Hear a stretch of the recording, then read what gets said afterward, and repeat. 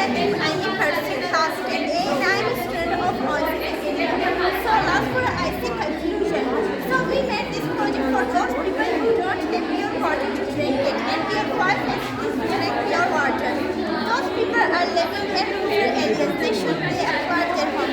It's a very easy and cheap method. They should use in their homes. Thank you. मागच्या समाधीने एक project ही ने project बनाता का water purification system के हम करने आवल इसरा आम्ही गप्पा जाने नोटी पर हमने मतलब में के मेची पांच चाय भी चाय पाकिस्तान का आज रात की भी ते अच्छी तरीके मारता मस्ते कि अच्छी जाके निश्चित उनको करते हैं यहाँ पे सब ज़्यादा बाजी उनको करते हैं यहाँ पर से ना इन्हें मारता करते हैं यहाँ पर से लोग बनते और आज सबका बीमार लगते हैं और इन बोलते हैं फिर पूरे चांस करते हैं